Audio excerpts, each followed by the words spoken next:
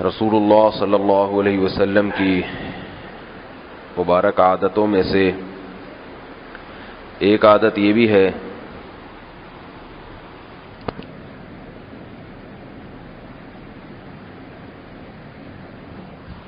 رسول اللہ صلی اللہ علیہ وسلم کی مبارک عادتوں میں سے ایک مبارک عادت یہ بھی تھی کہ آپ صلی اللہ علیہ وسلم کو جب بھی کوئی پریشانی لاحق ہوتی تو آپ نماز کی طرف رجوع فرماتے تھے۔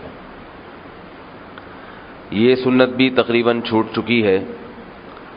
آج کل جب کوئی پریشانی کسی کو لاحق ہوتی ہے تو تعویذ گنڈوں کی طرف جاتا ہے، عملیات کی طرف جاتا ہے، وظیفوں کی طرف جاتا ہے، عاملوں کے پاس بھاگتا ہے، نماز میں دل نہیں لگاتا۔ آپ صلی اللہ علیہ وسلم نے فرمایا قرۃ عینی فی الصلاۃ، میری آنکھوں کی ٹھنڈک نماز ہے۔ جب انسان کو کوئی پریشانی ہوتی ہے تو وہ یہ چاہتا ہے کہ میری آنکھیں کسی طرح سے ٹھنڈی ہوں تاکہ میرا یہ غم ہلکا ہو۔ تو نماز جس کی آنکھوں کی ٹھنڈک بن جائے گی اس کو نماز پڑھنے سے غم ہلکا ہو جائے گا۔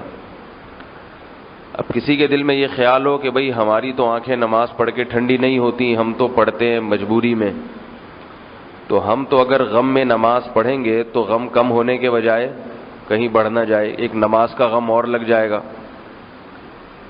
تو یہ سوچ غلط ہے۔ وجہ اس کی یہ ہے کہ جب آپ رسول اللہ صلی اللہ علیہ وسلم کی سنت زندہ کرنے کے لیے نماز پڑھیں گے تو ایک تو یہ کہ اس سنت کی برکت سے اللہ تعالیٰ غم کو ہلکا کریں گے، دوسرا نماز آنکھوں کی ٹھنڈک بنتی چلی جائے گی، آہستہ آہستہ نماز کی عادت پڑے گی۔ ایک بزرگ فرماتے تھے کہ جب میرا دل چاہتا ہے کہ اللہ مجھ سے بات کرے تو میں قرآن مجید کی تلاوت کرتا ہوں، سب باتیں اللہ کرتا ہے مجھ سے اس میں، اور جب میرا دل چاہتا ہے کہ میں اللہ سے باتیں کروں تو میں نماز کی نیت باندھ لیتا ہوں، اس میں سب باتیں انسان اللہ سے کرتا ہے۔ تو صلاۃ الحاجت ہے یا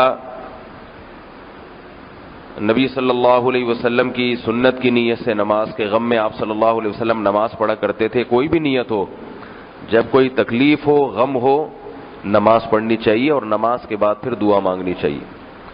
زیادہ تعویذ گنڈوں میں اور وظیفوں میں ان چیزوں میں زیادہ نہ لگیں۔ وظائف پڑھنا کوئی غلط نہیں ہے، حرام نہیں ہے، ناجائز نہیں ہے، لیکن توجہ لوگوں کی وظائف کی طرف زیادہ ہے اور نماز کی طرف کم ہے۔ ہمارے جتنے اکابر گزرے ہیں، جتنے بزرگان دین ہیں، انہیں بھی کوئی پریشانی ہوتی تھی 2 رکعت نیت باندھتے تھے۔ قرآن مجید میں بھی اللہ نے فرمایا وَاسْتَعِینُوا بِالصَّبْرِ وَالصَّلَاةِ، پریشانیوں میں مدد طلب کرو صبر کے ذریعے اور نماز کے ذریعے۔ تو اللہ تعالیٰ نے بھی یہ اس لیے حکم دیا کہ اللہ کے علم میں یہ بات ہے کہ جب تم نماز پڑھو گے تو تمہیں مدد ملے گی، صبر کرنے کی توفیق ملے گی۔ 2 فائدے ہوتے ہیں نماز سے، ایک تو یہ کہ غم ہلکا ہو جاتا ہے کیونکہ اللہ کی طرف توجہ ہے، جس نے غم دیا ہے جب آپ اسی سے بات چیت کرنا شروع کر دیں گے تو دل کو تسلی ہو جاتی ہے انسان کے۔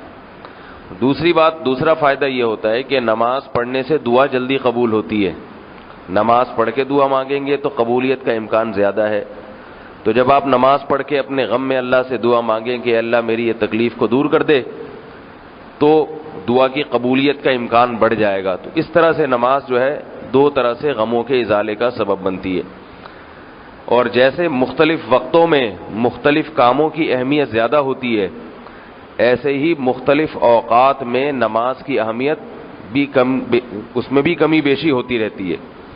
سب سے بہترین جو نماز کا وقت ہے اللہ کو مانگنے کے لیے وہ تہجد کا وقت ہے۔ کسی کو کوئی غم ہو، میں ایک دعوے سے کہتا ہوں، گارنٹی سے کہتا ہوں، کسی بھی قسم کا دنیا کا کوئی غم لگا ہو اس کو، وہ کسی طرح ہمت کر کے رات کو تہجد میں اٹھے اور 2 رکعت تسلی سے پڑھ کے اللہ سے مانگے تو دیکھے کہ اس کے دل کا بوجھ کتنا ہلکا ہو جاتا ہے۔